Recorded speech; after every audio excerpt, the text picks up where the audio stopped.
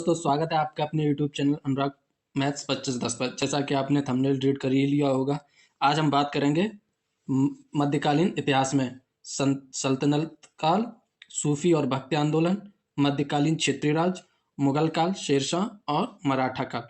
इन चीज़ों के टॉपिक है ये हम आगे वीडियो में करवाएंगे टॉपिक वाइज 1 बाई 1 करके। ये हमारी क्लास 4 है और इस क्लास की PDF आपको हमारे टेलीग्राम चैनल AK ऑफिशियल 2510 पर मिल जाएगी। ठीक है दोस्तों, AK ऑफिशियल 2510 पर मिल जाएगी।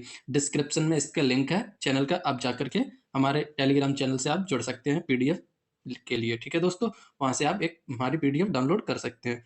ओके दोस्तों, आज आगे बात करते हैं। आज के टॉपिक कौन कौन से हैं। ये हमारा यूट्यूब चैनल अनुराग मैथ्स 2510 इंस्टा ID है ये हमारी, और ये टेलीग्राम चैनल का नाम है। ठीक है, AK ऑफिशियल 2510 यही है। ठीक है दोस्तों, और बात करेंगे सल्तनत काल पहला, दूसरा टॉपिक होगा हमारा सूफी और भक्ति आंदोलन, तीसरा टॉपिक होगा हमारा मध्यकालीन क्षेत्रीय राज, चौथा टॉपिक होगा मुगल काल, पांचवा होगा शेरशाह और छठा टॉपिक होगा मराठा। ठीक है दोस्तों, चलो बात करते हैं आगे। ठीक है दोस्तों, चलो शुरू करते हैं। मध्यकालीन भारत, अब बात करेंगे प्रारंभिक मध्यकाल की। ठीक है दोस्तों, इसमें अलवर्नी द्वारा अरबी में लिखित किताब जिसमें उपमहाद्वीप का लेखा जोखा मिलता डैश था, किताब अल हिंद, ये अलवर्नी की किताब है। ठीक है दोस्तों, तराइन का युद्ध डैश वर्ष में लड़ा गया 1991 में। तराइन का युद्ध पृथ्वीराज चौहान डैश के बीच लड़ा गया, मोहम्मद गोरी के बीच। 1192 ईस्वी में पृथ्वीराज तृतीय को पराजित करने वाला सुल्तान मोहम्मद गौरी डैश का शासक था, अफगानिस्तान का शासक था। अलवर्नी, फायान, स्वान, जांग तथा इत्सिंग में से कौन भारत में एक चीनी यात्री नहीं था? तो कौन नहीं था? अलवर्नी। अलवर्नी कौन था? अलवर्नी एक लेखक था। ठीक है दोस्तों, 1991 में सुल्तान मोहम्मद गौरी को पराजित करने वाले सबसे प्रसिद्ध चहवान या चौहान शासक कौन थे? पृथ्वीराज तृतीय।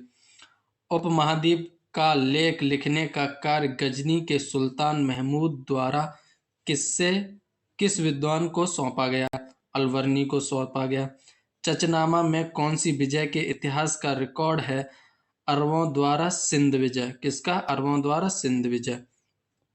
अब बात करते हैं इसके MCQ की। सिंध पर विजय प्राप्त करने वाले अरब सेना के सेनापति का नाम बताइए।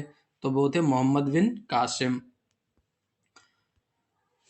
भारत पर पहली बार आक्रमण करने वाले अरब मुस्लिम थे। 712 ईस्वी में मोहम्मद बिन कासिम द्वारा भारत पर आक्रमण किया गया था, जो अरब का निवासी था। इस समय सिंध का शासक दाहिर था, जिसे मोहम्मद बिन कासिम ने हराया था। दोस्तों, आप लोगों की एक हेल्प चाहिए। आप लोग हमें ये सजेस्ट करें कि हमें ये विवरण कराना है या नहीं कराना है।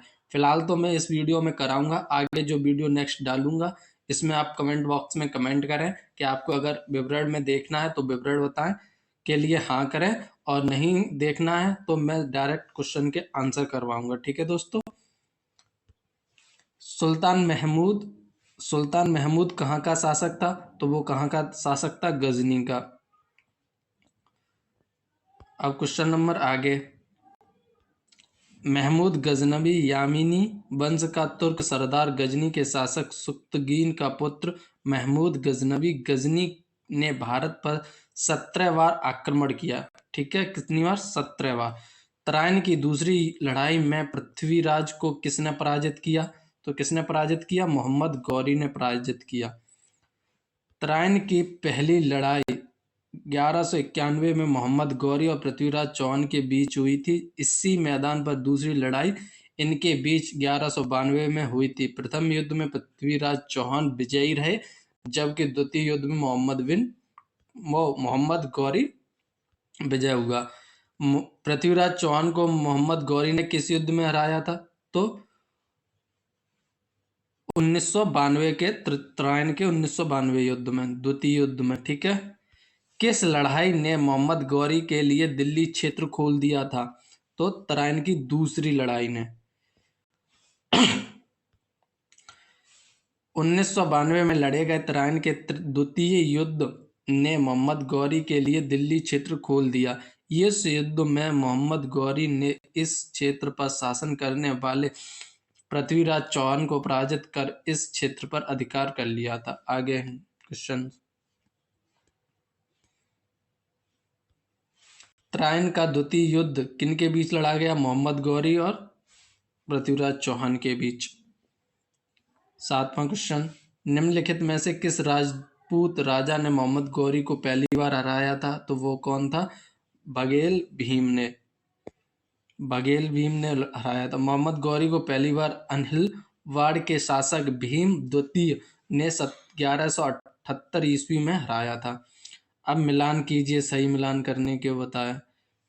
अच्छा, इसमें किसका मिलान सही किया गया, यानी कि घटना दी है और सही मिलान है केवल पहला। सुल्तान महमूद सोमनाथ को लूटने वाला था बस, और बाकी के सब गलत हैं। सुल्तान महमूद गजनवी द्वारा सोमनाथ की लूट की गई थी, अन्य सभी विकल्पों को ये तो है। अब बात करेंगे सल्तनत काल। ठीक है, वो एक हमारा मध्यकालीन का छोटा सा परिचय था, आगाज था, प्रारंभ कैसे हुआ था। अब बात करेंगे सल्तनत काल की। किस विश्व विरासत स्थल में इल्तुतमिश की कब्र है? बताओ। कुतुब मीनार परिसर में। चांदी का सिक्का टंका जिसे बोलते हैं, टका होता है, टंका बोलते हैं, किसने चलाया था? वो चलाया था इल्तुतमिश ने। लौह स्तंभ कहाँ स्थित है? कुतुब मीनार भवन समूह में। कहाँ पे? कुतुब मीनार भवन समूह में है। आगे, अलाई दरवाजा किस विश्व विरासत स्थल में? कुतुब मीनार में है। कुतुब मीनार डैश में स्थित है? दिल्ली में। अलाउद्दीन खिलजी का पहला सैन्य अभियान गुजरात रणथंभौर देवगिरी चित्तौड़ में से किस क्षेत्र के विरुद्ध हुआ था? तो वो हुआ था रणथंभौर के विरुद्ध। ठीक है दोस्तों।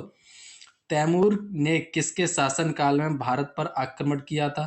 वो किया था नसरुद्दीन महमूद शाह के। लैला मजनू, नूह सिपहर, आशिका, तूतीनामा में से कौन सी रचना अमीर खुसरो की नहीं मानी जाती? वो है तूतीनामा। मीर हसन देहलवी निम्न में से किसके दरबार में थे? वो थे अलाउद्दीन खिलजी के दरबार में। आगे बात करेंगे हम। कुतुबुद्दीन ऐबक, गयासुद्दीन बलबन, शमसुद्दीन इल्तुतमिश तथा रजिया को अपने शासनकाल की अवधि के अनुसार सही क्रम में व्यवस्थित कीजिए, यानी कि इनके शासनकाल के क्रम के अनुसार हमें व्यवस्थित करना है। ये बहुत क्वेश्चन पूछता भी है। पहले आया कुतुबुद्दीन ऐबक, फिर शमसुद्दीन, फिर इल्तुतमिश, फिर रजिया सुल्तान, फिर गयासुद्दीन बलबन। ठीक है दोस्तों। अब बात करेंगे आगे। रजिया सुल्तान किस शासक की पुत्री थी? वो थी शमसुद्दीन इल्तुतमिश की। किसने कहा था हुनुज दूर अस्त, दिल्ली अभी दूर है? निजामुद्दीन औलिया ने कहा था ये। किस सुल्तान ने अपनी राजधानी को दिल्ली से दौलताबाद में बदला था? मोहम्मद बिन तुगलक ने।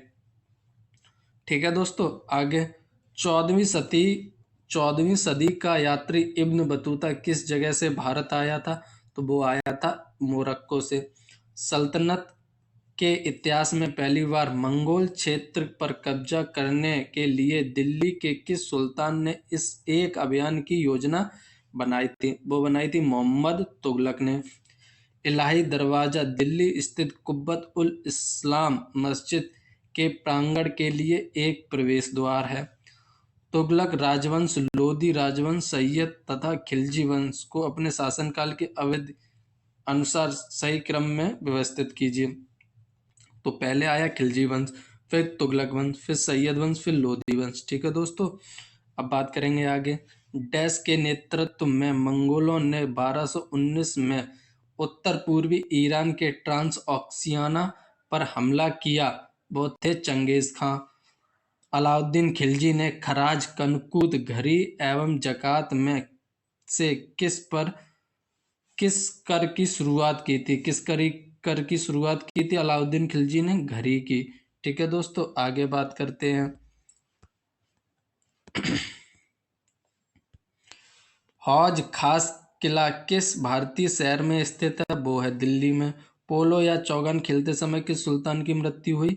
वो हुई कुतुबुद्दीन ऐबक की।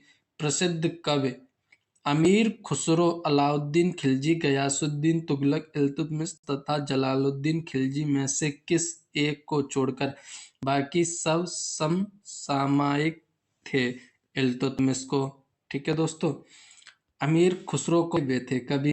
खिज्र खान ने कौन से राजवंश का प्रारंभ किया था? वो किया था सैयद वंश का। दिल्ली सल्तनत की राजकीय भाषा क्या थी? वो थी फारसी। कुतुबुद्दीन के पास स्थित मेहरौली पिलर प्राथमिक रूप से किस कारण प्रसिद्ध है? वो है उत्कृष्ट गुणवत्ता की इस्पात के कारण। ठीक है, उत्कृष्ट गुणवत्ता के इस्पात। अब इसके एमसीक्यू, दिल्ली सुल्तान का शासक कब प्रारंभ हुआ? यानी कि यहाँ पे था दिल्ली सल्तनत का शासन कब प्रारंभ हुआ? तो वो हुआ 1206 ईस्वी में। अब इसका थोड़ा विवरण देखेंगे। दिल्ली सल्तनत का शासन 1206 ईस्वी से शुरू होता है। इस वर्ष मोहम्मद गौरी की मृत्यु के पश्चात कुतुबुद्दीन ऐबक का औपचारिक राज्यारोहण लाहौर में किया गया। यह दिल्ली का पहला तुर्क शासक था। इसे भारत में तुर्की राज्य और दिल्ली सल्तनत का संस्थापक माना जाता है। ठीक है दोस्तों, इसे ही दिल्ली सल्तनत का संस्थापक माना जाता है। निम्न में से किसे दिल्ली की सल्तनत का राज नहीं किया? इनमें से किसने दिल्ली पर राज नहीं किया? गौरी वंश ने नहीं किया। दिल्ली सल्तनत काल का 1206 ईस्वी से 1526 तक के काल को माना जाता है। इसमें मुख्यतः गुलाम वंश, खिलजी वंश, तुगलक वंश, सैयद वंश एवं लोदी वंश थे, जबकि गौर वंश का संस्थापन मोहम्मद गौरी की मृत्यु 1206 ईस्वी में हो गई थी। अतः स्पष्ट है कि गौर वंश ने कभी दिल्ली पर राज्य नहीं किया। ठीक है, अब बात करेंगे आगे इसकी। अजमेर में 2.5 दिन का झोपड़ा किसने बनवाया था? तो वो बनवाया था कुतुबुद्दीन ऐबक ने। अब कहाँ बनवाया था वो देखते हैं। अजमेर में 2.5 या 2.5 दिन का झोपड़ा नामक मस्जिद कुतुबुद्दीन ऐबक ने बनवाया था। यह संस्कृत विद्यालय के स्थान पर बनवाया था। कुतुबुद्दीन ऐबक द्वारा बनवाई गई अन्य इमारतें कुब्बत उल इस्लाम व कुतुब मीनार है। ठीक है दोस्तों, अब इनके कालानुसार क्रम में लगाना है हमें। पहले कौन आया था इसमें? इलवारी, फिर अलवारी, फिर खिलजी, फिर तुगलक, फिर आया सैयद वंश, फिर आया लोदी वंश। यानी कि फर्स्ट, सेकंड, फिर आया थर्ड, फिर फोर्थ और ये फिफ्थ। ठीक है, तो ये डी करेक्ट आंसर।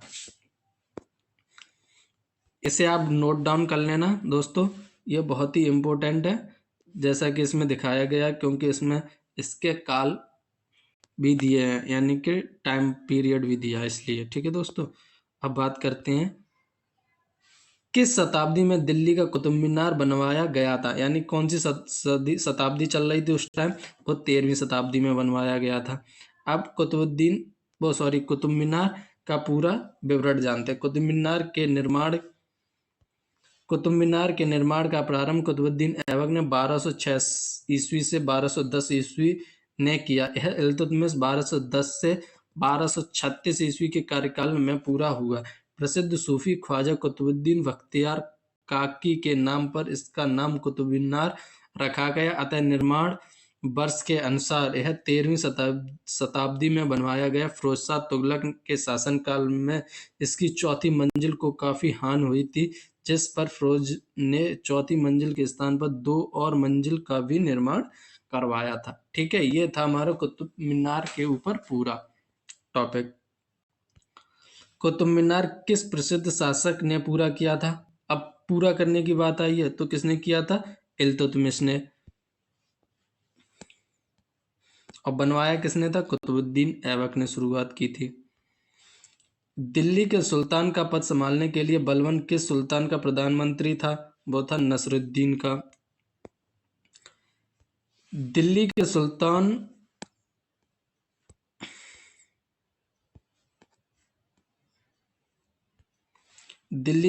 का पद संभालने के लिए बलबन नसरुद्दीन महमूद का प्रधानमंत्री। नसरुद्दीन ने बलबन को अगुल खां की उपाधि प्रदान की। 1266 ईस्वी में नसरुद्दीन की मृत्यु के बाद बलबन उसका उत्तराधिकारी बना, क्योंकि नसरुद्दीन का कोई पुत्र नहीं था। निम्नलिखित में से दिल्ली का पहला प्रभुता संपन्न सुल्तान कौन था? वो था इल्तुतमिश। ठीक है दोस्तों, कौन था? इल्तुतमिश। कुतुबुद्दीन ऐबक को भारत में तुर्की राज्य का संस्थापक माना जाता है। सिंहासन पर बैठने पर उसने सुल्तान की उपाधि नहीं ग्रहण की, बल्कि केवल मलिक और सिपह सालार की पदवियों से ही संतुष्ट रहा। ऐबक ने न अपने नाम का खुतबा पढ़वाया और न ही अपने नाम के सिक्के चलाए। बाद में गौरी के उत्तराधिकारी गयासुद्दीन ने उसे सुल्तान स्वीकार किया। ऐबक ने 1206 से 1210 तक लगातार लाहौर से शासन का संचालन किया। लाहौर ही इसकी राजधानी थी। कुतुबुद्दीन ऐबक का दामाद व उत्तराधिकारी इल्तुतमिश इल्वारी तुर्क था। इल्तुतमिश ही दिल्ली सल्तनत का वास्तविक संस्थापक था। इस प्रकार दिल्ली का पहला प्रभुता संपन्न सुल्तान इल्तुतमिश था। ये बहुत ही इंपॉर्टेंट टॉपिक वो बात कही है यहाँ से यहाँ तक। ठीक है दोस्तों, क्योंकि इसने मलिक सिपहार की उपाधि से ही वो संतुष्ट रहा, इसलिए। दिल्ली सल्तनत का उद्वारक कौन था? तो वो कौन था? इल्तुतमिश। ठीक है दोस्तों, अब बात करते हैं आगे। इसे नहीं पढ़ेंगे, सेम है वो, ऐसे ही है। नियमित मुद्रा जारी करने वाला, दिल्ली को अपने साम्राज्य की राजधानी घोषित करने वाला दिल्ली का प्रथम शासक कौन था? वो था इल्तुतमिश। चंगेज खान ने जलालुद्दीन का पीछा करते हुए किसके शासनकाल में भारत की सीमाओं पर आक्रमण किया था? वो किया था इल्तुतमिश के शासनकाल में। मंगोल आक्रमणकारी चंगेज खान ने ख्वारिज्म शाह के पुत्र जलालुद्दीन मंगवर्णी का पीछा करते हुए इल्तुतमिश के शासनकाल में 1220 से ईस्वी से 1221 ईस्वी में सिंध पर आक्रमण किया था, परंतु इल्तुतमिश द्वारा मंगवर्णी की कोई सहायता न किए जाने और 1224 ईस्वी में मंगवर्णी के वापस चले जाने से भारत पर मंगोल आक्रमण का भय टल गया। निम्नलिखित में से किसको शक्तिशाली नोबलों के एक समूह चिलगानी के विश्वास का श्रेय दिया जाता था? किसे दिया जाता था? बलबन को। अब बलबन का टाइम पीरियड ये है। ठीक है दोस्तों, अब बात करते हैं आगे क्वेश्चंस की। प्रसिद्ध फारसी त्योहार नौरोज का प्रवर्तन किसने किया? बताओ। वो किया बलबन ने। नौरोज ये फारसियों का त्यौहार होता है। ठीक है दोस्तों, तो इसमें कहा भी है प्रसिद्ध फारसी त्यौहार नौरोज का प्रवर्तन बलबन द्वारा किया गया था। बलबन ने अपनी प्रतिष्ठा तथा दरबारी शिष्टाचार बढ़ाने के लिए फारसी परंपराओं को अपनाया, जिसके तहत उसने दरबार में सिजदा तथा पायबोस की प्रथा प्रारंभ की और अपना संबंध फिरदौसी के शहनामा में वर्णित अफरासियाब से जोड़ा। ठीक है दोस्तों, अब हम इसको एक साथ लेके चलेंगे नेक्स्ट पेज से, इधर भी और इधर भी। चिलगानी या फोर्टी के रूप में विख्यात तुर्की सामंतों की शक्ति को भंग करने वाली प्रथम दिल्ली सुल्तान कौन था? वो था बलबन। ठीक है, चेहालगानी या फोर्टी के रूप में विख्यात तुर्की सामंतों की शक्ति को भंग करने वाला पहला सुल्तान बलबन था।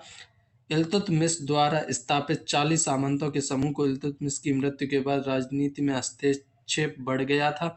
बलबन भी चेहालगानी का एक सदस्य था। ठीक है। रजिया सुल्तान किसकी बेटी थी? अभी हमने वन लाइनर में आपको पढ़ाया, रजिया सुल्तान किसकी बेटी थी? इल्तुतमिश इल्तुतमिश की बेटी थी। ठीक है, रजिया सुल्तान गुलाम वंश की शासका थी। वह उत्तर भारत की प्रथम मुस्लिम महिला शासका थी। वह इल्तुतमिश की पुत्री थी। रजिया पर्दा या प्रथा त्याग कर पुरुषों की तरह चोगा या कुल्हा पहनकर राज दरबार में खुले मुंह से जाती थी। इन्होंने 1236 ईस्वी से 40 ईस्वी तक शासन किया। ठीक है दोस्तों, अब बात करेंगे भारत की प्रथम महिला शासिका कौन थी? वो थी रजिया सुल्तान। ठीक है दोस्तों, अब बात करेंगे आगे क्वेश्चंस की। अब रजिया सुल्तान के बारे में देखते हैं। मध्यकालीन भारत की प्रथम महिला शासिका रजिया सुल्तान 1236 ईस्वी से 40 ईस्वी तक थी। व्यक्तिगत दृष्टि से उसने भारत में पहली बार स्त्री के संबंध में इस्लाम की परंपराओं का उल्लंघन किया था और राजनीतिक दृष्टि से उसने राज्य की शक्ति को सरदारों अथवा सूबेदारों में विभाजित करने के लिए स्थान पर सुल्तान के हाथों में केंद्रित करने पर बल दिया तथा इस प्रकार उसने इल्तुतमिश के संपूर्ण प्रभुत्व संपन्न राजतंत्र के सिद्धांत का समर्थन किया जो उस समय की परिस्थितियों में तुर्की राज्य के हित में था। ठीक है दोस्तों, अगला क्वेश्चन, वे दो वंशज कौन थे जिन्होंने खिलजी शासकों के से तत्काल पहले और बाद में शासन किया? यानी कि किसमें खिलजी शासकों से पहले और उसके बाद किसने शासन किया? पहले किया था गुलाम वंश ने, फिर किया तुगलक वंश ने। ठीक है दोस्तों, दिल्ली के खिलजी सुल्तान थे कौन थे? तुर्क थे। ठीक है दोस्तों, अब मैं उन्हीं क्वेश्चंस का विवरण करवाऊंगा जो हमें इंपॉर्टेंट लगेंगे। ठीक है दोस्तों, स्वयं को दूसरा सिकंदर सानी कहने वाला सुल्तान कौन था? वो था अलाउद्दीन खिलजी। ठीक है, आगे क्वेश्चंस, अब हम दोनों क्वेश्चन साइड से चलेंगे। ठीक है, करते हुए, सल्तनत वंश की विशालतम स्थायी सेना जिसका भुगतान सीधा राज्य द्वारा किया जाता था बनाई थी, किसने बनाई थी? अलाउद्दीन खिलजी ने। क्वेश्चन नंबर 24, निम्नलिखित में से किसे भारत का तोता कहा जाता है? वो कहा जाता है अमीर खुसरो को। 21 क्वेश्चन नंबर, दक्षिण करने का मिशन अलाउद्दीन खिलजी ने किसे सौंपा था?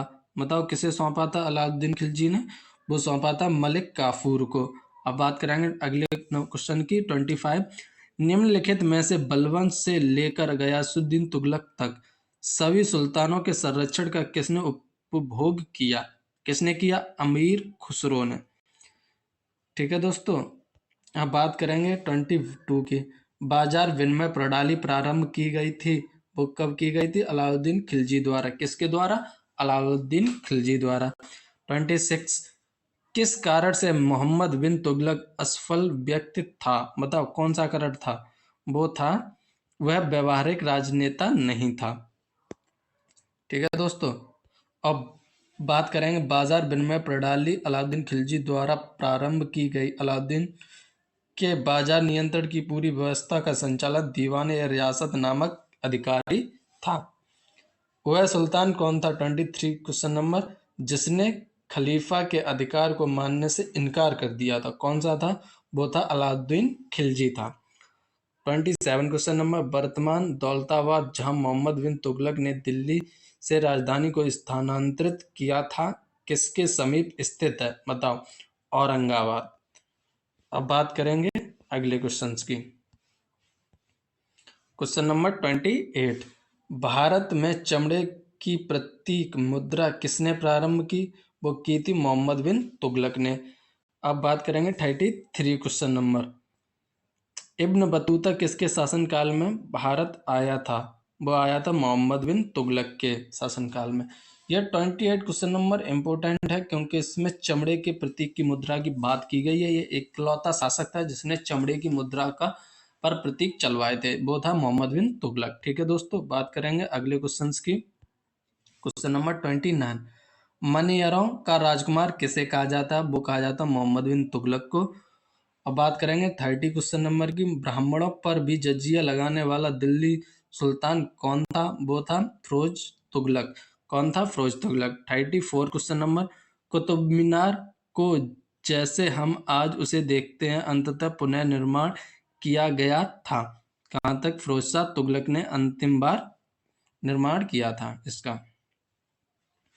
31 क्वेश्चन नंबर, निम्नलिखित में से किस सुल्तान ने सती प्रथा रोकने का प्रयास किया? बताओ किसने किया था? वो किया था मोहम्मद बिन तुगलक ने। 35 क्वेश्चन नंबर, निम्नलिखित दिल्ली के सुल्तानों में से किसे उत्तर भारत में कई शहरों की स्थापना की? किसने की? वो की थी फिरोज शाह तुगलक ने उत्तर भारत में।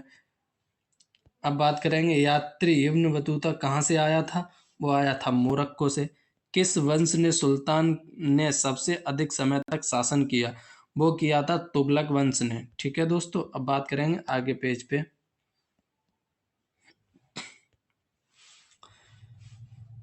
नीचे दिए गए दिल्ली के सुल्तानों के वंशों को कालानुसार क्रम में व्यवस्थित कीजिए। ठीक है, कालानुसार क्रम में व्यवस्थित कीजिए। पहला आया गुलाम वंश, फिर आया खिलजी वंश, ये दूसरा हो गया, ये पहला हो गया, ये तीसरा तुगलक, ये चौथा सैयद वंश। ठीक है दोस्तों, 41 क्वेश्चन नंबर, दिल्ली सल्तनत का अंतिम वंश क्या था? वो था लोधी वंश। ठीक है दोस्तों, और अंतिम शासक भी इब्राहिम लोदी था। ठीक है दोस्तों। और 38 क्वेश्चन नंबर, भारत में तुगलक वंश के बाद कौन सा वंश शासन में आता है? कौन सा वंश आसा? सैयद वंश। अब निम्नलिखित में से कौन सा सुमेलित है? कौन सा सुमेलित है? पहला शमसे सिराज आसिफ, तारीख फिरोज शाही। ठीक है दोस्तों, अब बात करेंगे बाकी की। लोध 39 क्वेश्चन नंबर, लोधी वंश का संस्थापक कौन था? बताओ। बहलोल लोधी। अंतिम शासक कौन था? इब्राहिम लोधी।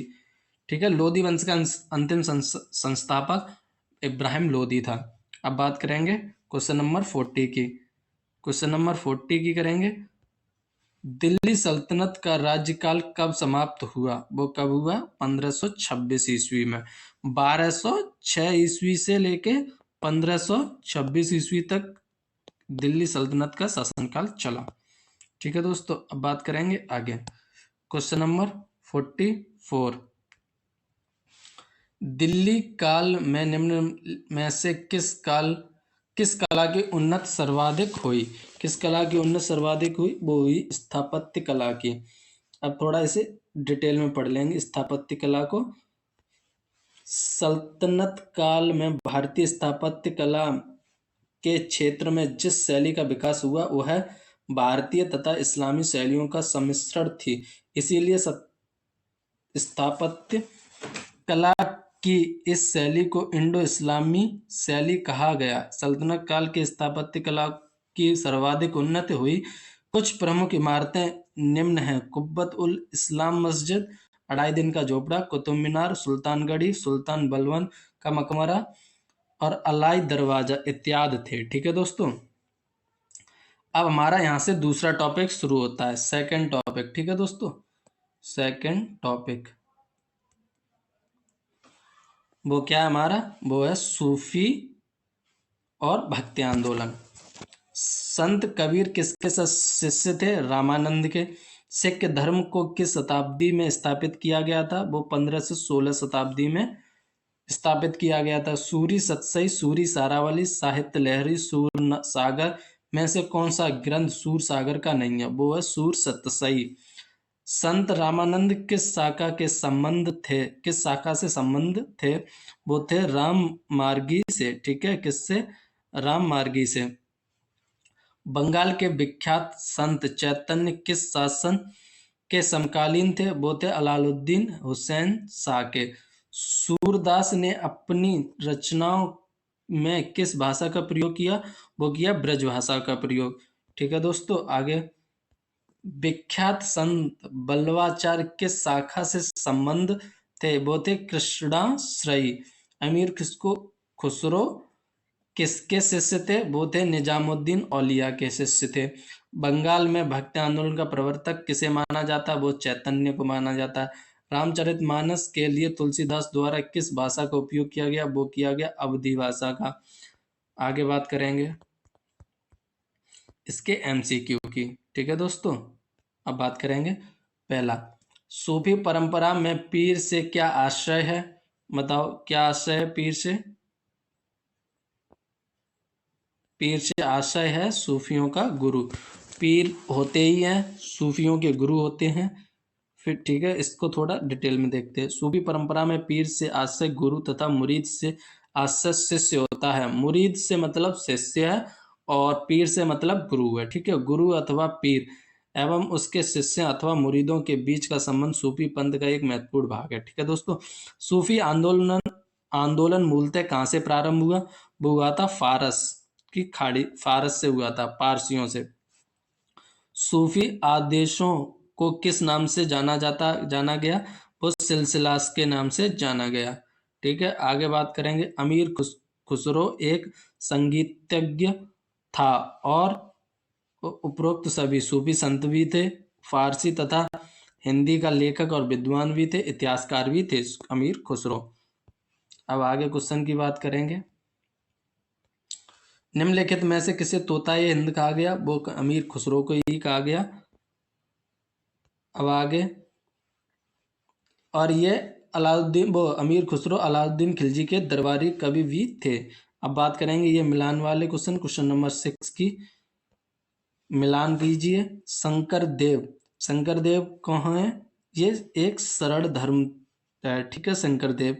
और दूसरे का है जगजीवन को हम कहते हैं सतनामी। और तीसरा लाल गिन या लाल वेग को हम कहते हैं अलख नामी। और गोविंद प्रभु को कहते हैं महानुभाव पंथ, ठीक है। इसका करेक्ट ऑप्शन हो जाएगा ए। ठीक है दोस्तों, अब बात करते हैं आगे वाली क्वेश्चन की। अब इसमें क्या होता है? सूफी संतों का मिलान सिलसिलों के साथ करें जिनसे वे संबंधित थे। नीचे दिए गए कोड के आधार पर प्रश्न का उत्तर दें। ठीक है दोस्तों, अब इसकी बात करेंगे हम। तो ये है यहाँ पे शेख निजामुद्दीन औलिया चिश्तियों से संबंधित थे। बहाउद्दीन जकारिया वो थे सुहरावर्दी से। मियाँ मीर कादरी से। अहमद सरहिंदी नक्शबंदी से संबंधित थे। अलवार संतों का आविर्भाव निम्न में से किस आधुनिक राज्य में से हुआ? वो हुआ तमिलनाडु से। ठीक है दोस्तों, भक्ति प्रचारक शंकर देव ने निम्न प्रादेशिक भाषाओं में किसका उपयोग करके उसे लोकप्रिय बनाया था? वो बनाया असमिया को, ठीक है, असमिया भाषा को। शिवाजी के समसामयिक मराठा संत का नाम था, वो क्या था? संत तुकाराम। ठीक है, अब बात करेंगे आगे। एनालेक्ट्स पवित्र ग्रंथ है, ये महत्वपूर्ण क्वेश्चन है। एनालेक्ट्स पवित्र ग्रंथ किस धर्म का है? बताओ। कन्फ्यूशियन धर्म का है या कन्फ्यूज सवाद का? ठीक है, इसे ऑप्शन करेक्ट सी है, कन्फ्यूशियन धर्म का है ये। ठीक है दोस्तों, अब बात करेंगे हमारे तीसरे टॉपिक की, मध्यकालीन क्षेत्रीय राज्य। चार मीनार का निर्माण किसने करवाया था? मोहम्मद कुली कुतुब शाह ने। और कुतुब मीनार का वो कुतुबुद्दीन ऐबक ने। गोल गुम्बज किस सदी में बनवाया गया था? 17वीं सदी में। चार मीनार भारत के किस शहर में स्थित है? वो है हैदराबाद में। हम्पी में स्थित स्मारकों का समूह एक महत्वपूर्ण डैश केंद्र है हिंदू का। किसका? हिंदू का। जोधपुर के किले का निर्माण किसने किया था? वो किया था राज जोधा जी ने। किस किले को गोल्डन फोर्ट के नाम से भी जाना जाता है? वो जाना जाता है जैसलमेर के किले को। प्रसिद्ध हवा महल राजस्थान के किस शहर में है? जयपुर में। हवा महल किसने बनवाया था? महाराजा प्रताप सिंह ने बनवाया था। रणथंभौर का किला डैश में है? राजस्थान में है। ठीक है। डैश वास्तुकला खगोलीय उपकरणों का एक संग्रह है जिसे महाराजा जयसिंह द्वितीय द्वारा बनवाया गया था। जंतर मंतर दिल्ली। जंतर मंतर डैश में है? राजस्थान में। चांद बीबी डैश की शासिका थी? अहमदनगर की शासिका थी। चंद्रगिरी का किला 11वीं शताब्दी में बनाया गया एक ऐतिहासिक किला है जो डैश में स्थित है? आंध्र प्रदेश में स्थित है। चित्तौड़गढ़ किला कहाँ है? राजस्थान में है। अब बात करेंगे आगे क्वेश्चंस की। इब्राहिम कुतुब शाह, इब्राहिम आदिल शाह फर्स्ट, अकबर, मालिक अंबर में से किस मध्यकालीन शासक को जगत गुरु कहा जाता है? वो कहा जाता है इब्राहिम आदिल शाह फर्स्ट को। किसे कहा जाता है? इब्राहिम शाह आदिल फर्स्ट को। अब बात करेंगे इसकी। बहमनी शासक ताजुद्दीन फिरोज ने विजयनगर के किस शासक की पुत्री से विवाह किया? वो देवराय फर्स्ट की शासक की पुत्री से विवाह किया इसने। बंगाल के किस शासक ने चीन के साथ संबंध स्थापित किया था? वो किया था गयासुद्दीन आजम शाह ने। विजयनगर के किस शासक ने अपने साम्राज्य में पुर्तगालियों के चर्च बनाने की इजाजत दी थी? वो दी थी वेंकट द्वितीय ने। विजयनगर साम्राज्य का कौन सा शासक पुर्तगाली गवर्नर अल्बुकर्क का मित्र था? अल्बुकर्क का मित्र था कृष्णदेव राय। तालीकोटा के युद्ध में समय विजयनगर साम्राज्य में कौन से राजवंश का राज्य था? वो था तुलुव राजवंश का राज्य। कौन से युद्ध से विजयनगर साम्राज्य का पतन हुआ? तालीकोटा के युद्ध से। गोल गुम्बज क्या है? मोहम्मद आदिल शाह का मकबरा है। ठीक है, अब बात करेंगे हम एमसीक्यू की। ठीक है दोस्तों, विजयनगर राज्य की स्थापना किसने की थी? वो की थी संगम वंश ने। किसने की थी? संगम वंश ने। विजयनगर राज्य की स्थापना संगम वंशीय शासक हरिहर एवं बुक्का द्वारा 1336 ईस्वी में की गई थी। ये बहुत ही मोस्ट इंपोर्टेंट प्रश्न है, क्योंकि इसमें ये ज्यादातर पूछते ही लेता है, हर एक वनडे एग्जाम में पूछ ही लेता है ये। विजयनगर के शासकों ने प्रोत्साहित किया, वो किया तमिल, तेलुगु और संस्कृत को। ठीक है, आगे। गोवा के महत्वपूर्ण किले को बहमनियों से छीनने वाला प्रथम विजयनगर शासक कौन था? वो था हरिहर द्वितीय। ठीक है, कौन था? हरिहर द्वितीय। अब बात करेंगे आगे। गोवा को बहमनियों से संबंधित छीनने वाला प्रथम विजयनगर शासक हरिहर द्वितीय था। 1377 ईस्वी में उसने बहमनी सुल्तान मुजाहिद की मृत्यु के कारण हुई अव्यवस्था का लाभ उठाकर गोवा को जीत लिया था। 14 से अगला क्वेश्चन नंबर 4। 14 से 20 ईस्वी में विजयनगर साम्राज्य में आने वाली इटली के यात्री का नाम था, वो क्या था? Nicola de Conti. क्या नाम था? Nicola de Conti. Krishnadeva Raya किस राजवंश के शासक थे? वो थे विजयनगर राज्य के शासक। आगे क्वेश्चन। कृष्णदेव राय ने कौन सी पुस्तक लिखी? वो लिखी है अमुक्त माल्यदा। कौन सी? विजयनगर शासक ने कृष्णदेव राय ने कौन सी? अमुक्त माल्यदा। कृष्णदेव राय के शासक को तेलुगु साहित्य का क्लासिक युग कहा गया। इसके राज दरबार में तेलुगु साहित्य के 8 सर्वश्रेष्ठ कवि रहते थे, जिन्हें अष्ट दिग्गज कहा जाता है। कृष्णदेव राय ने तेलुगु में अमुक्त माल्यदा एवं संस्कृत में जाम्बवती कल्याणम की रचना की। इन्हें आंध्र भोज, अभिनव भोज, आंध्र पितामह आदि उपाधियां प्राप्त थीं। यह बाबर के समकालीन थे। अब क्वेश्चन ये भी पूछ सकता है कि बाबर के समकालीन दक्षिण राजा कौन थे? तो ये थे कृष्णदेव राय। तेलुगु कृत अमुक्त माल्यदा के लेखक कौन थे? कृष्णदेव राय। आगे क्वेश्चन बात करेंगे हम अगले क्वेश्चन की। Question number 8। निम्न में से कौन सी साहित्यिक कृत कृष्णदेव राय ने लिखी थी? अमुक्त माल्यदा है। अमुक्त माल्यदा का किसका कार्य है? वो है कृष्णदेव राय का। ये टॉप आंसर एक ही है, कृष्णदेव राय, लेकिन प्रश्न को पूछने के तरीके हम बता रहे हैं, किस तरह से घुमा के भी पूछता है। विजयनगर के मध्यकालीन नगर को आजकल कहते हैं, क्या कहते हैं? हम्पी। ये कर्नाटक में है। ये हम्पी वाला टॉपिक आया भी था यूपी पुलिस पेपर लीक में हुआ था। यूपी पुलिस पेपर लीक में आया था ये। ठीक है दोस्तों, हम्पी के स्मारक के समूह को का निर्माण किसने करवाया? वो करवाया हरिहर और बुक्का दोनों ने। ठीक है। तालीकोटा का प्रसिद्ध लड़ाई कब हुई थी? वो हुई थी 1565 ईस्वी में। अब बात करेंगे आगे क्वेश्चन की। 13 मररवीथ से गोल गुम्बज का निर्माण किस शासक द्वारा किया गया था? वो किया गया था मोहम्मद आदिल शाह द्वितीय द्वारा। Question number 16। निम्न में से किस राजवंश ने बीजापुर में स्वतंत्र शासन की स्थापना की? वो की है आदिल शाही ने। ठीक है दोस्तों, अब बात करेंगे 18 क्वेश्चन नंबर की। निम्न में से उस शासक का नाम क्या है जिसने विजय स्तंभ का निर्माण कराया था? वो कराया राणा कुम्भा ने। अब बात करेंगे थोड़ा क्वेश्चन नंबर 14। निम्नलिखित बहमन शासकों में से बीजापुर में प्रसिद्ध गोल गुम्बज का निर्माण किसने किया था? वो किया था मोहम्मद आदिल शाह ने।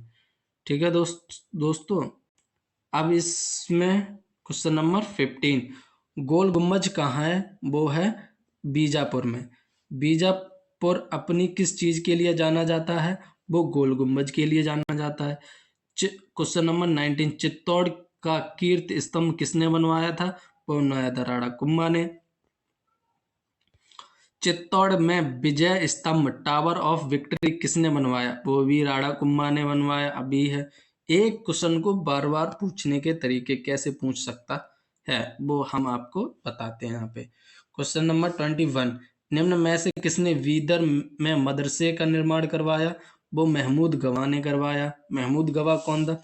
बीदर में मदरसे का निर्माण महमूद गवा ने करवाया। महमूद गवा मोहम्मद द्वितीय के शासनकाल में ख्वाजा जहां की उपाधि धारण करने का कर प्रधानमंत्री बना था। महमूद गवा ने बीदर में एक महाविद्यालय की स्थापना की। महमूद गवा स्वयं भी विद्वान था और रौजत उल इंसा तथा दीवाने ए अश्न नामक 2 ग्रंथों की रचना की थी। ठीक है दोस्तों, ये था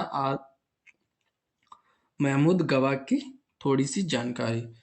सुविख्यात कोहिनूर हीरा किस खान से निकाला गया था? वो निकाला गया था गोलकुंडा की खदान से। कोहिनूर हीरा जो हमारे अभी एलिजाबेथ तृतीय जो खत्म हो गई, उनके सर का ताज में चढ़ा था। ठीक है दोस्तों, अब बात करेंगे हमारे अगले टॉपिक की, मुगल काल। ठीक है, राजकुमार सलीम आगे चलकर सम्राट कहलाया जहांगीर। डैश ने जब 1494 ईस्वी में फरगना राज्य का उत्तराधिकारी प्राप्त किया, तब उसकी उम्र केवल 12 साल की थी। वो कौन था? Babur. Bikaner school, Jaipur school, Marwar school, Mewar school सभी किससे संबंधित है? राजपूत चित्रकला से। दारा शिकोह अपने भाई डैश के साथ संघर्ष में मारा गया। औरंगजेब। बाबर 1526 से 1530 ईस्वी तक किस वंश का शासक था? वो था मुगल वंश का। 1526 में पानीपत की लड़ाई लोधी साम्राज्य और किसके बीच लड़ी गई? वो लड़ी गई बाबर के बीच, लोधी और बाबर के बीच। 1526 में पानीपत का युद्ध बाबर और डैश के बीच लड़ा गया, इब्राहिम लोधी के बीच। कन्नौज की लड़ाई वर्ष में लड़ी गई 1540 ईस्वी में। बाबर का पुत्र कौन था? हुमायूं। अब आगे बात करेंगे, जामा मस्जिद इन विश्व धरोहर स्थलों में से किसमें स्थित है? फतेहपुर सीकरी में। अकबर 1556 से 1605 ईस्वी में किस वंश का शासक था? मुगल वंश का। हल्दी घाटी का युद्ध कब लड़ा गया? वो लड़ा गया 1576 ईस्वी में। किस विश्व विरासत स्मारक को मुगल वंश में के कब्रिस्तान के रूप में लोकप्रियता प्राप्त हुई? वही हुमायूं का मकबरा। हुमायूं का मकबरा। दिल्ली के लिए लड़ाई को वर्ष डैश में लड़ा गया 1556 में। अकबर के शासनकाल के दौरान मुगल साम्राज्य का वित्त मंत्री कौन था? राजा टोडरमल थे। भारतीय महाद्वीप में पहला उद्यान मकबरा कौन सा था? हुमायूं का मकबरा था। अगला क्वेश्चन, अकबर ने अपने दरबारी संगीतज्ञ के रूप में किसे चुना? वो चुना मियां तानसेन को। बीरबल किसकी अदालत में एक सलाहकार था? वो था अकबर की अदालत में। मुगल सम्राट अकबर का विश्वसनीय सेनापति कौन था? वो था मानसिंह प्रथम। खास महल और शीश महल का निर्माण किस विश्व धरोहर स्मारक में किया गया? वो किया गया आगरे के किले में। ठीक है दोस्तों, अब बात करेंगे आगे। आगरा के किले को डैश द्वारा बनवाया गया था? अकबर के द्वारा। जरदोजी कढ़ाई डैश के तहत लोकप्रिय हुई? अकबर के द्वारा। अकबर के शासन में डैश सेनापति थे? मीर बख्शी। इबादत खाना जो एक बैठक थी को किस मुगल सम्राट द्वारा निर्मित किया गया था? वो किया गया था अकबर के द्वारा। ठीक है दोस्तों, अब बात करेंगे आगे। बुलंद दरवाजा किस स्थान के महल का मुख्य प्रवेश द्वार है? वो है फतेहपुर सीकरी में। जहांगीर किसका पुत्र था? वो था। जहांगीर का जन्म डैश में हुआ था 1569 में। जहांगीर 1605 से लेकर 1626 ईस्वी तक किस वंश का शासक था? वो था मुगल वंश का।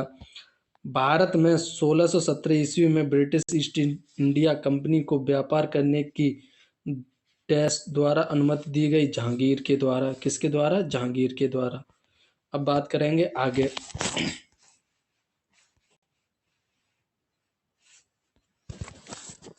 सलीम चिश्ती की दरगाह कहाँ स्थित है? फतेहपुर सीकरी में। नूरजहां किस मुगल सम्राट की पत्नी थी? जहांगीर की। शाहजहां 1627 से 1657 ईस्वी तक इसका कार्यकाल रहा। किस वंश का शासक था? मुगल वंश का। मयूर सिंहासन एक प्रसिद्ध रत्न जड़ित सिंहासन था जिस पर भारतीय के किन सम्राट की हुकूमत थी? मुगल सम्राटों की हुकूमत थी। पंचमहल कहाँ स्थित है? वो फतेहपुर सीकरी में है। शाहजहां ने ताजमहल का निर्माण किसकी याद में किया करवाया था? वो मुमताज महल के। ताजमहल के अंदर के उद्यान को डैश के रूप में जाना जाता है? मुगल गार्डन के रूप में जाना जाता है।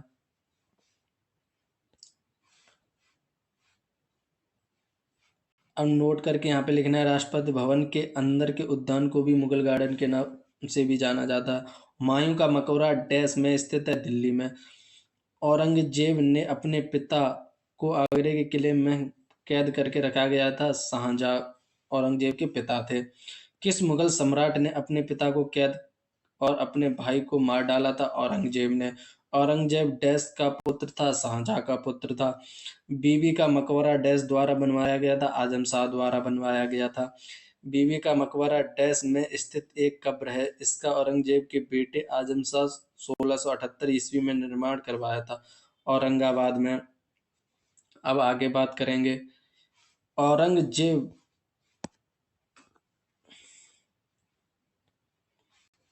औरंगजेब जो एक मुगल सम्राट था का निधन किस सन में हुआ? 1707 ईस्वी में। औरंगजेब 1658 ईस्वी से 1707 ईस्वी किस वंश का शासक था? वो भी मुगल वंश का शासक था। 1739 ईस्वी में करनाल की लड़ाई में मुगल सेना को किसने पराजित किया? वो नादिर शाह ने पराजित किया। दीवान ए खास किस में स्थित है? लाल किला परिसर में। अंतिम मुगल बादशाह कौन था? बहादुर शाह। ये इंपॉर्टेंट है, ठीक है दोस्तों, ये इंपॉर्टेंट टॉपिक है। कौन सा? अंतिम मुगल बादशाह कौन था? बहादुर शाह। हुमायूं की जीवनी द्वारा लिखी गई? गुलबदन बेगम के द्वारा। ठीक है दोस्तों, किसके द्वारा लिखी गई हुमायूं की जीवनी? गुलबदन बेगम के द्वारा। अब बात करेंगे आगे। मोती मस्जिद किसमें स्थित है? लाल किला परिसर में। नोट: आगरा किला में स्थित मोती मस्जिद का निर्माण शाहजहां ने, जबकि दिल्ली किले में स्थित मोती मस्जिद का निर्माण औरंगजेब ने करवाया। ठीक है दोस्तों। बहादुर शाह प्रथम का जन्म डैश में हुआ था? 1643 ईस्वी में। बहादुर शाह 1707 से 1712 ईस्वी तक किस शासक का शासक था? मुगल वंश का। कौन मुगल वंश का नहीं था? ऑप्शन होंगे उसमें शेरशाह सूरी। रज्मनामा डैश एक फारसी अनुवाद है? महाभारत। महाभारत को फारसी भाषा में रज्मनामा कहा गया है। ठीक है, मैं अनुवाद किया फारसी में। कहा जाता है कि फारसी की राजधानी इम्फान ने एक स्मारक के निर्माण के लिए प्रेरणा प्रदान की। वह स्मारक कौन सा था? लाल किला परिसर। ताजमहल का निर्माण डैश हुआ था 17वीं शताब्दी में। किसके शासनकाल में वकील पद को समाप्त कर दिया था? वो शाहजहां के शासनकाल में। किस भू राजस्व व्यवस्था को टोडर मल प्रणाली कहा जाता है? वो कहता है जब्ती प्रणाली को टोडर मल प्रणाली कहा जाता है। मुगल ने नवरोज का त्योहार किससे लिया? पारसी से। उस्ताद मंसूर किस मुगल शासक के शासनकाल के प्रसिद्ध चित्रकार थे? वे थे जहांगीर के। चित्रकला की मुगल शैली किस प्रकार के समय से शुरू हुई? वो हुमायूं के समय से। किस मुगल शासक के समय झरोखा दर्शन आरंभ हुआ? वो अकबर के शासनकाल से। किस मुगल शासक ने शासनकाल में जजिया पुनः लगाया था? वो औरंगजेब ने। मुगल बादशाह में आखिरी शक्तिशाली बादशाह कौन था? वो था औरंगजेब। ठीक है, अब ये सही सुमेलित है। सूबा प्रांत है। दीवान वित्त अधिकारी को कहा जाता है। बख्शी सैनिक वेतनाधिकारी को कहा जाता है।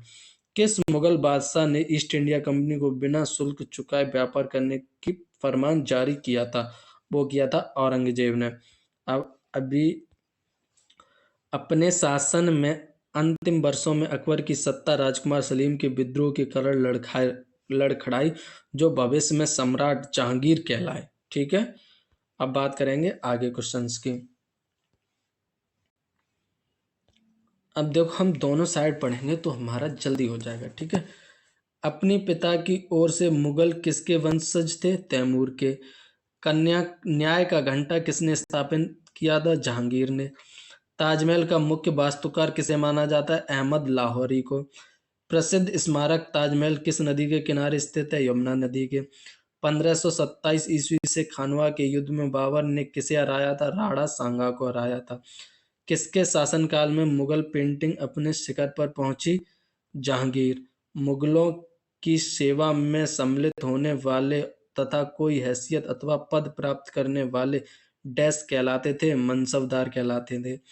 चंगेज खां किस जनजाति का शासक था? वो था मंगोल जनजाति का। जहांगीर की आत्मकथा कुतुजुक ए जहांगीरी किस भाषा में? वो है फारसी भाषा में। आईने अकबरी नामक पुस्तक के लेखक कौन हैं? वे हैं अबुल फजल। डैश ईरान और इराक और वर्तमान तुर्की के शासक तैमूर के परवर्ती थे? मुगल। हुमायूं का मकबरा कहाँ स्थित है? नई दिल्ली में। किस मुगल सम्राट के शासन के दौरान भारतीय मुगल चित्रों का उद्गम हुआ हुमायूं के। 16वीं शताब्दी में दिल्ली का लाल किला किस राजवंश के शासकों का निवास था? मुगल के। दिल्ली के जामा मस्जिद का निर्माण किसने करवाया था? शाहजहां ने। शाहजहां और औरंगजेब, अकबर, जहांगीर में से कौन सा मुगल शासक अशिक्षित था? वो था अकबर। लाल किला के निर्माण का श्रेय किसे दिया जाता है? शाहजहां को दिया जाता है। फैजी डैश के दरबार में रहते थे? अकबर के दरबार में। अब बात करेंगे आगे।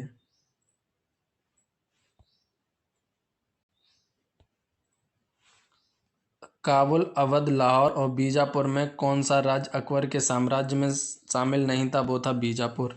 संगीत सम्राट तानसेन के गुरु कौन थे? हरदास थे। दिल्ली के लाल किले में मोती मस्जिद का निर्माण औरंगजेब ने करवाया था। अकबर के समय मुगल साम्राज्य के पश्चिमोत्तर सीमा क्या थी? हिंदू कुश थी। लाल आगरा में किस मस्जिद पर बंगाल शैली का प्रभाव माना जाता है? नगीना मस्जिद में। मोती उत्पादन सिल्क वस्त्र एवं सूती वस्त्र में से मुगल काल में एक प्रमुख उद्योग था, वो था सूती वस्त्र का। अपनी माता की ओर से मुगल किस वंशज के थे? चंगेज खां। अकबर के शासन में राजस्व व्यवस्था को क्या कहा जाता था? वो कहा जाता था जब्त। क्या कहा जाता था? जब्त। अब बात करेंगे इस तरफ की। अकबर द्वारा सिसोदिया की राजधानी चित्तौड़गढ़ पर किस वर्ष कब्जा किया गया? वो किया गया 1568 ईस्वी में। अबुल फजल द्वारा अकबर के शासन के इतिहास की कितनी जिल्दें लिखी गईं? 3। दिल्ली के जामा मस्जिद का निर्माण किसने करवाया? वो करवाया शाहजहां ने। अबुल फजल द्वारा अकबर के शासन के इतिहास की लिखी गई 3 जिल्दों का शीर्षक क्या था? वो था अकबरनामा। जहांगीर किसके साथ विवाहित थे? वो थे मेहरुन्निसा। ठीक है दोस्तों, अब बात करेंगे हम आगे। सही सुमेलित है। सदर को कहा जाता है धार्मिक तथा धार्मिक किए जाने वाले कार्यों का मंत्री। फौजदार किसे कहा जाता है? सैनिक वेतनाधिकारी। कोतवाल किसे कहा जाता है? नगर का पुलिस अधिकारी। अब इसे दीवानी किसे कहा जाता है? भू राजस्व एकत्र करने वाला अधिकारी। फौजदारी अदालत, आपराधिक न्यायालय। ठीक है दोस्तों, अब इधर कर बात करेंगे। अपनी माता की ओर से मुगल किस वंश के थे? चंगेज खां। और अकबर के शासन में राजस्व व्यवस्था को क्या कहा जाता था? जब्त। मध्यकालीन भारत में किसने पहली बार युद्धों में तोपों का इस्तेमाल किया? वो किया था बाबर ने। पानीपत की लड़ाई में बाबर ने किसकी सेना का सामना किया था? वो किया था इब्राहिम लोदी का। भारत में मनसबदारी प्रथा किसने शुरू की थी? वो की थी अकबर ने। अबुल फजल किस सूफी संत के पुत्र थे? वो थे शेख मुबारक के। किस लेखक ने अकबर के दीवाने इलाही को उनकी मूर्खता न कि बुद्धिमत्ता का स्मारक कहा? वो कहा विसेंट स्मिथ ने। ठीक है दोस्तों, अब आगे बात करते हैं हम। थोड़े क्वेश्चन और हैं वन लाइनर, फिर हम इसके एमसीक्यू पर चलेंगे। ठीक है दोस्तों, जहांगीर के काल में मुगल दरबार में आने वाला प्रथम अंग्रेज कौन था? Captain William Hawkins. शाहजहां के शासनकाल में कौन सी विदेशी यात्रा भारत आया था? वो थी मनुची। ताजमहल में संगमरमर में स्वप्न कहा जाता है किस स्मारक के पत्थर में स्वप्न कहा जाता है? वो है पंचमहल। 1665 ईस्वी में पुरंदर की संधि का प्रत्यक्ष उद्देश्य क्या था? शिवाजी और बीजापुर के सुल्तान के बीच विवाद के बीच बोना, यानी कि शिवाजी और बीजापुर के सुल्तान के बीच में बीज बोना लड़ाई के। निम्नलिखित में से कौन सा युग्म सही नहीं है? बताओ कौन सा है? बैरम, बाबर और बैरम खान वाला। ठीक है दोस्तों, अब बात करेंगे एमसीक्यू की। अब हमने यहाँ तक मुगल काल के सभी ज़्यादातर टॉपिक्स को कवर कर लिया, तो हम इसके क्वेश्चन डायरेक्ट आंसर के साथ करेंगे। ठीक है, बाबर ने भारत पर किस वर्ष आक्रमण किया था? वो किया था 1526 ईस्वी में। अब बात करेंगे इसके सेकंड क्वेश्चन की। भारत में प्रथम मुगल शासक कौन था? वो था बाबर। भारत का प्रथम मुगल बादशाह कौन था? वो था बाबर। ठीक है, पानीपत की पहली लड़ाई किस वर्ष लड़ी गई? वो लड़ी गई 1526 ईस्वी में। पानीपत की प्रथम लड़ाई किन दो सेनाओं के बीच लड़ी गई थी? वो लड़ी गई थी बाबर और लोधी साम्राज्य के बीच में। बाबर ने तुजक ए बाबरी नामक अपने स्मरण किस भाषा में लिखे थे? वो लिखे थे तुर्की भाषा में। ठीक है दोस्तों, अब बात करेंगे आगे क्वेश्चंस की। क्वेश्चन नंबर 7, दिल्ली में मुगल साम्राज्य की नींव निम्नलिखित में से किस लड़ाई के परिणाम स्वरूप पड़ी? वो पड़ी पानीपत की पहली लड़ाई में। क्वेश्चन नंबर 8, निम्न में से किसको अपने समकालीन मुगल बादशाह के साथ मिलान गलत हुआ है? वो हुआ है पृथ्वीराज चौहान और अकबर। ठीक है, आगे क्वेश्चन की बात करेंगे। क्वेश्चन नंबर 9, भारत में पहले तोपखाने का प्रयोग किसने किया था? बाबर ने ही किया था। ठीक है दोस्तों, अब बात करेंगे आगे।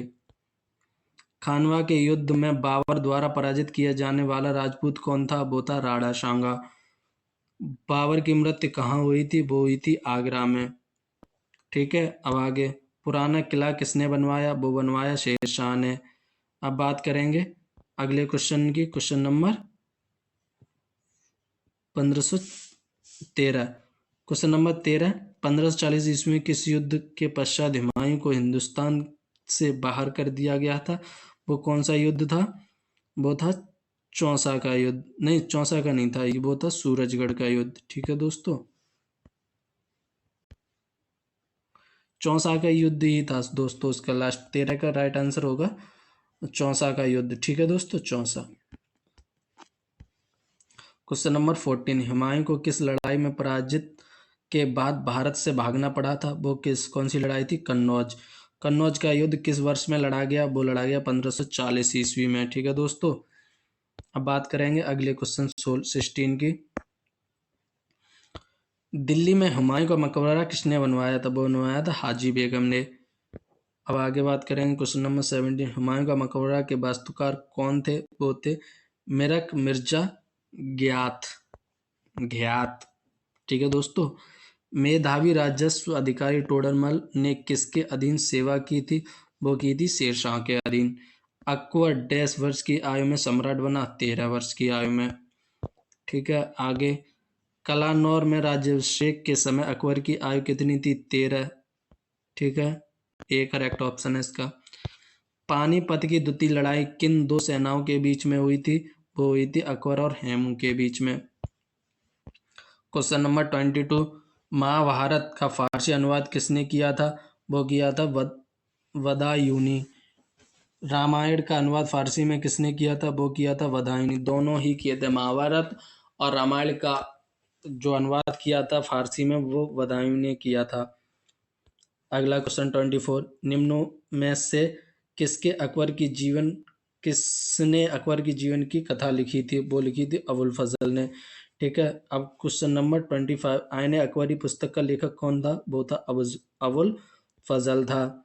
आगे क्वेश्चन नंबर 26, अकबरनामा किसने लिखी थी? वो भी अबुल फजल ने लिखी थी। वह प्रसिद्ध जैन विद्वान कौन था जिसका अकबर बहुत सम्मान करता था? वो था हरविजय। हरविजय था जो अकबर बहुत ही सम्मान करता था। उसे दीन ए इलाही बनाने का मूल उद्देश्य था। ऑप्शन ए विश्व बंधुत्व। 29 क्वेश्चन नंबर, हल्दी घाटी की लड़ाई किन के बीच लड़ी गई? क्वेश्चन नंबर 29 का सी, अकबर और राणा सांगा के बीच लड़ी गई। आगे बात करेंगे क्वेश्चन नंबर 30 की। मनसबदारी प्रणाली किसने प्रारंभ की थी? वो की थी अकबर ने। निम्नलिखित में से किसने मनसबदारी व्यवस्था का सूत्रपात किया था या प्रारंभ की थी? अकबर ने। अब बात करेंगे 32 क्वेश्चन नंबर की। फतेहपुर सीकरी का निर्माण किसने करवाया? ये भी शेरशाह, ये भी अकबर ने करवाया था। किसने करवाया? अकबर ने। अब आगे बात करेंगे 33 क्वेश्चन नंबर की। निम्न में से किसने फतेहपुर सीकरी के पंचमहल का निर्माण करवाया था? वो भी अकबर ने ही करवाया था। ठीक है दोस्तों, अब बात करेंगे 34 क्वेश्चन नंबर की। निम्न में से कौन सा फतेहपुर सीकरी में स्थित नहीं है? वो है मोती मस्जिद। 35 क्वेश्चन नंबर, बुलंद दरवाजा कहाँ स्थित है? वो है उत्तर प्रदेश में स्थित है बुलंद दरवाजा। अब बात करेंगे 36 क्वेश्चन नंबर, अकबर अपना धार्मिक विचार विमर्श कहाँ करता था? वो करता था इबादत खाना में धार्मिक विचार विमर्श करता था। प्रयाग नगर को इलाहाबाद अल्लाह का नगर नाम किसने दिया था? वो दिया था अकबर ने, जो अब इलाहाबाद हो गया है। अब इलाहाबाद से ही अब फिर से प्रयागराज हो गया है। ठीक है, 38 क्वेश्चन नंबर, अकबर के आरंभिक दिनों में उसका रीजेंट कौन था? वो था बैरम खान था। अकबर का अभिरक्षक कौन था? वो भी बैरम खान था। अब बात करेंगे 40 क्वेश्चन नंबर की। निम्न में से किस शासक ने जजिया समाप्त किया था? वो किया था अकबर ने। जब्त प्रणाली के अंतर्गत वास्तविक उत्पादन का कितना अंश राज्य की मांग के रूप में निर्धारित किया गया था? वो किया गया था 1/3। ठीक है दोस्तों। अब बात करेंगे क्वेश्चन नंबर 42 की। अकबर का प्रसिद्ध राजस्व मंत्री कौन था? वो था टोडरमल। टोडरमल किस मुगल शासक के प्रसिद्ध राजस्व मंत्री थे? वो थे अकबर के। अब बात करेंगे 44 क्वेश्चन नंबर की। अकबर के दरबार में सबसे प्रसिद्ध संगीतकार तानसेन का मूल नाम क्या था? वो था रामतनु पांडे। ठीक है दोस्तों, आगे बात करेंगे। दीन ए इलाही एक नया धर्म निम्न में से किसके द्वारा शुरू किया गया? वो भी अकबर के द्वारा ही शुरू किया गया। अब बात करेंगे आगे 46 क्वेश्चन नंबर की। निम्न में से कौन दीन ए इलाही का सदस्य बना? वो बना राजा बीरबल। क्वेश्चन नंबर 47, अकबर के एकमात्र किस दरबारी ने दीन ए इलाही को स्वीकार किया था? वो किया था बीरबल ने। निम्न में से कौन सा व्यक्ति निरक्षर था? वो था अकबर।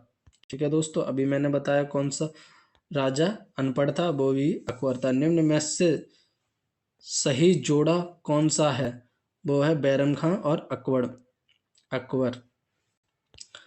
निम्न में से किस मुगल सम्राट को हिंदी गीतों की रचना का श्रेय प्राप्त है? वो है अकबर को। लगभग हमने दोस्तों यहाँ से 125 क्वेश्चन 120 प्लस क्वेश्चन कर लिए हैं, और फिर और थोड़े क्वेश्चन और हैं। साथ बने रहिए और आपको भी फायदा होगा। जब ईस्ट इंडिया कंपनी का गठन हुआ था उस समय भारत का मुगल बादशाह कौन था? वो भी अकबर था। निम्न में से कौन सा अकबर द्वारा अपनाया गया सुधार उपाय नहीं है? वो है एकता प्रणाली। ठीक है दोस्तों। अब बात करेंगे आगे। किसके शासनकाल में तुलसी ने रामचरितमानस लिखी? वो लिखी है अकबर के शासनकाल में। तुलसीदास ने रामचरितमानस किसके शासनकाल में लिखी है? वो भी अकबर के नाम में। ये दोनों ही एक से क्वेश्चन है। जहांगीर का अर्थ क्या है? वो है विश्व विजेता। जहांगीर का अर्थ है विश्व विजेता। ठीक है दोस्तों, अब आगे बात करेंगे क्वेश्चन नंबर 56। नूरजहां किस मुगल शासक की पत्नी थी? वो थी जहांगीर की। निम्न में से किस मुगल सम्राट ने स्वयं अपनी आत्मकथा लिखी? वो लिखी है बाबर और जहांगीर दोनों ने। अब क्वेश्चन नंबर 58। चित्रकारी किसके शासन के काल के दौरान उच्चतम स्तर पर थी? चित्रकारी किसको पसंद थी? जहांगीर को सबसे ज्यादा। इंग्लैंड के तत्कालीन राजा जेम्स फर्स्ट द्वारा जहांगीर के स्याही दरबार में राजदूत के रूप में निम्न में से किसको भेजा था? बताओ किसको भेजा था? क्वेश्चन नंबर 59 का राइट आंसर होगा ए हॉकिंस को, जॉन हॉकिंस को। ए राइट आंसर है। ठीक है। अब बात करेंगे क्वेश्चन नंबर 60 की। किस मुगल शहंशाह ने तंबाकू के प्रयोग का निषेध किया था? वो किया था जहांगीर ने। Question number 61। राजकुमार खुर्रम आगे चलकर सम्राट कहलाए। कौन सम्राट कहलाए? शाहजहां सम्राट कहलाए। अब आगे क्वेश्चन नंबर 62। किस मुगल शहंशाह ने मुगल राजधानी आगरा से दिल्ली स्थानांतरित की? वो की शाहजहां ने। शाहजहां का प्रसिद्ध तख्त ए ताउस 1739 ईस्वी में कौन ले गया था? वो ले गया था फारसी आक्रमक नादिर शाह। ठीक है। अब क्वेश्चन नंबर आगे 64 की बात करेंगे। विश्व प्रसिद्ध तख्त ए ताउस निम्न में से किस मुगल भवन में रखा गया था? वो रखा गया था दिल्ली के लाल किले के दीवाने आम में। ठीक है दोस्तों, अब बात करेंगे आगे क्वेश्चन नंबर 65। मोती मस्जिद निम्न में से किस नगर में स्थित है? वो है आगरा के नगर में स्थित है। Question number 66। डैश को उसकी शेष जिंदगी के लिए औरंगजेब ने कैद कर दिया था? वो था शाहजहां। ठीक है दोस्तों, अब आगे बात करेंगे क्वेश्चन नंबर 67। निम्न में से किस मुगल शासक ने संगीत और नृत्य पर प्रतिबंध लगाया था? औरंगजेब ने संगीत और नृत्य पर प्रतिबंध लगा दिया था। अब बात करेंगे क्वेश्चन नंबर 68 की। निम्नलिखित में से जिंदा पीर के नाम से भी जाना जाता था? वो था औरंगजेब। जिंदा पीर के नाम से जाना जाता था। अब बात करेंगे क्वेश्चन नंबर 69 की। निम्न में से औरंगजेब का उत्तराधिकारी कौन था? वो था मुअज्जम। कौन था? मुअज्जम। मुगल शासकों की दरबारी अदालती भाषा थी क्या थी? फारसी भाषा थी। कौन सी भाषा थी? फारसी भाषा। बात करेंगे 71 क्वेश्चन नंबर की, लाल किले का निर्माण किसने करवाया था? वो करवाया था शाहजहां ने। ठीक है दोस्तों, अब बात करेंगे 72 क्वेश्चन नंबर की, भारत में बीबी का मकबरा कहाँ स्थित है? वो है औरंगाबाद।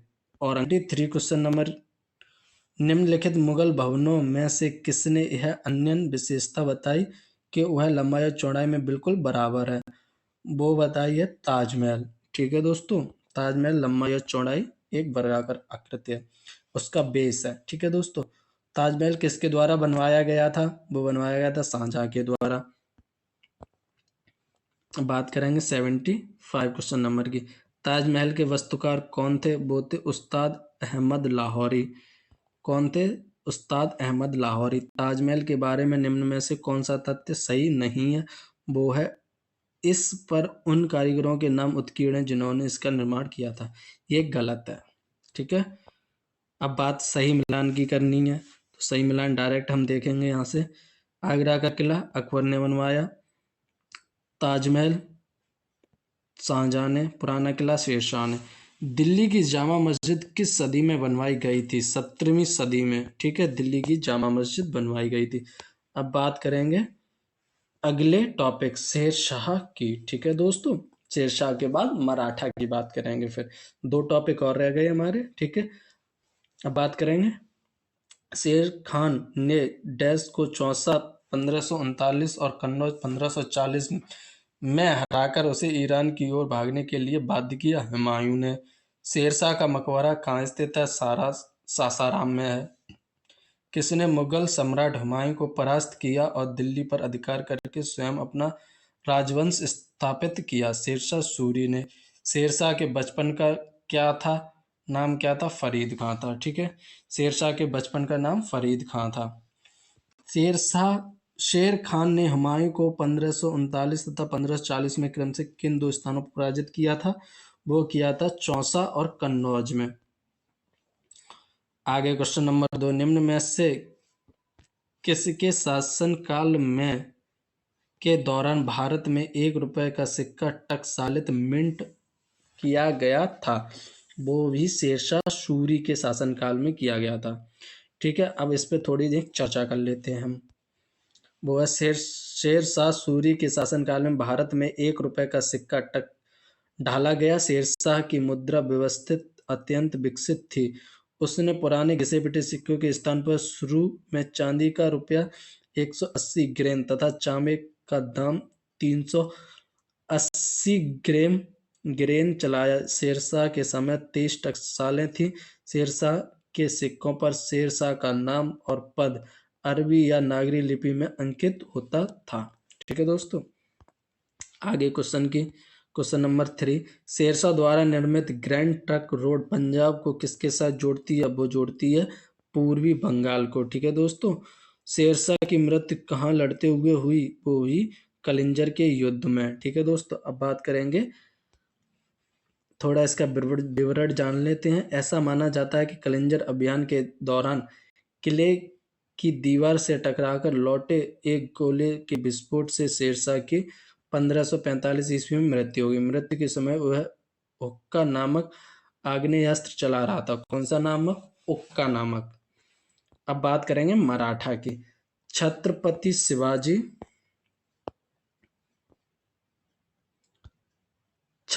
शिवाजी महाराज 1674 ईस्वी से 1680 ईस्वी किस वंश के शासक थे?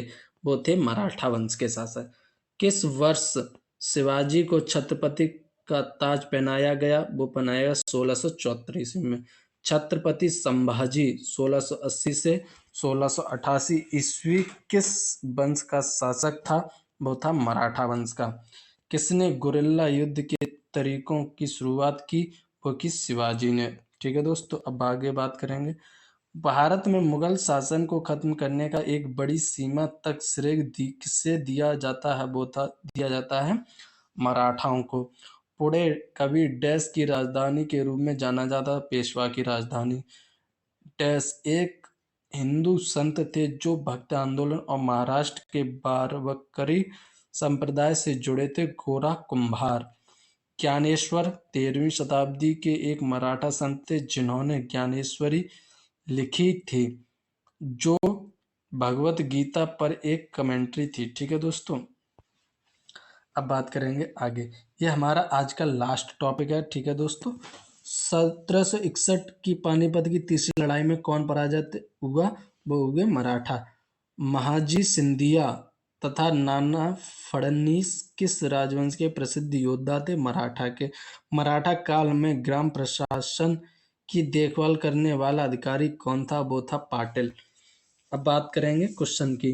पहला क्वेश्चन, नाना फडणवीस का मूल नाम क्या था? वो था बालाजी जनार्दन भानु। ठीक है दोस्तों, अब आगे बात करेंगे क्वेश्चन नंबर सेकंड, शिवाजी का गुरु कौन था? वो था रामदास। शिवाजी का जन्म 1627 ईस्वी में पूना के निकट शिवनेर के दुर्ग में हुआ था। उनके पिता का नाम शाहजी भोंसले और माता का नाम जीजाबाई था। शिवाजी के व्यक्तित्व पर सर्वाधिक प्रभाव उनकी माता जीजाबाई तथा संरक्षक एवं शिक्षक दादा कोंडदेव का पड़ा। इनके गुरु का नाम समर्थ रामदास था। क्वेश्चन नंबर 3, उस मराठा का नाम बताइए जो अंग्रेजों से बहादुरी से लड़ा। वो थे शिवाजी। ठीक है दोस्तों, अब बात करेंगे क्वेश्चन नंबर 4 की। छत्रपति शिवाजी को हराने के लिए औरंगजेब ने निम्न में से किसको भेजा था? किसको भेजा था? क्वेश्चन नंबर 4 का राइट आंसर है डी, वो भेजा था राजा जय सिंह को। शिवाजी को पकड़ने के लिए औरंगजेब द्वारा किस जनरल को भेजा गया था? वो भेजा गया था शाइस्ता खान को। शिवाजी ने कितनी बार सूरत को लौटा? वो लौटे 2 बार। ठीक है, 1700 ईस्वी में राजा राम की मृत्यु के बाद मराठा ने मुगल को विरुद्ध उसकी वीर पत्नी के नेतृत्व में जारी रखा है। वो रखा है ताराबाई के नेतृत्व में। ठीक है दोस्तों, इसकी पीडीएफ आपको हमारे टेलीग्राम चैनल पे मिल जाएगी। इस मेरे टेलीग्राम चैनल का नाम है AK ऑफिशियल 2510। ठीक है दोस्तों, इस पे आपको हमारे टेलीग्राम चैनल पर आप जुड़ जाएं, इसकी पीडीएफ आपको वहां पे मिल जाएगी। शिवाजी का राज्याभिषेक हुआ था, कब हुआ था? वो हुआ था 1674 ईस्वी में। आज का ये लास्ट पेज है दोस्तों। शिवाजी के राज्य की राजधानी कहाँ थी? वो थी रायगढ़ में। यूरोपियन शक्ति पहचानिए जिससे शिवाजी ने तोपें और गोला बारूद प्राप्त किए थे। वो किससे किए थे? डचों से किए थे, फारसी से किए थे, पुर्तगालियों से किए थे या अंग्रेजों से किए थे? शिवाजी ने पुर्तगालियों और अंग्रेजों दोनों से खरीदे थे। ठीक है दोस्तों, इसका A या B होगा। निम्न में से किसे लड़ाकू पेशवा कहा जाता है? वो कहा जाता है बाजीराव प्रथम को। बाजीराव प्रथम को लड़ाकू पेशवा कहा जाता है। ठीक है, नाना साहब के नाम से कौन प्रसिद्ध था? वो था बालाजी बाजीराव। कौन था? बालाजी बाजीराव थे। अब बात करेंगे आगे क्वेश्चन नंबर 13 की। पेशवाओं का संस्थापक निम्न में से कौन था? वो था बालाजी विश्वनाथ। मराठा राज्य में पेशवा व्यवस्था बालाजी विश्वनाथ के साथ ही शुरू हुई थी। इस प्रकार बालाजी विश्वनाथ को ही पेशवा व्यवस्था का संस्थापक माना जाता है। क्वेश्चन नंबर 14 की बात करेंगे। जिस समय 1761 में पानीपत की तीसरी लड़ाई में अहमद शाह अब्दाली ने मराठाओं को हराया, उस समय दिल्ली का शासक कौन था? वो था शाह आलम द्वितीय। ठीक है, कौन था? शाह आलम द्वितीय। क्वेश्चन नंबर 15 की प्रथम आंग्ल मराठा युद्ध कौन सी संधि द्वारा समाप्त हुआ? वो हुआ सालवाई संधि से। अब ये सालवाई संधि क्या थी, इसके बारे में थोड़ा हम जानकारी लेंगे। प्रथम आंग्ल मराठा युद्ध का कारण मराठाओं का आपसी झगड़े तथा अंग्रेजों के महत्वाकांक्षी थे। 1782 ईस्वी में सालवाई की संधि अंग्रेजों तथा महादजी सिंधिया के बीच हुई थी। द्वारा प्रथम आंग्ल मराठा युद्ध समाप्त हो गया। एक दूसरे के विजित क्षेत्र वापस कर दिए गए थे तथा अगले 20 वर्ष तक शांति बनी रही। ठीक है दोस्तों, अब बात करेंगे आगे क्वेश्चन नंबर 16 की। पेशवा प्रथा ब्रिटिश द्वारा किस पेशवा के काल में समाप्त की गई थी? वो की गई थी बाजीराव द्वितीय के काल में। ये हमारा खत्म हो गया है आज की क्लास 4 समाप्त हो गई है। ठीक है दोस्तों, अब हम बात करेंगे क्लास 5 की। क्लास 5 में हम मॉडर्न हिस्ट्री या कहें आधुनिक इतिहास। ठीक है दोस्तों, आधुनिक इतिहास करवाएंगे। अब आप लोग हमें कमेंट करके बताएं कि हम डायरेक्ट क्वेश्चंस करवाएं या फिर उसका विवरण भी करवाएं। ठीक है दोस्तों, फिर ये सीरीज हमारी जो जब खत्म हो जाएगी हिस्ट्री की, फिर हम एक वन लाइनर पूरा totally one liner other book का हम रिवाइज करवाएंगे, जिससे most important topics only main topics उठाकर हम डायरेक्ट वन लाइनर क्वेश्चंस करवाएंगे। ठीक है, तब तक के लिए अपना ख्याल रखें। जय हिंद दोस्तों।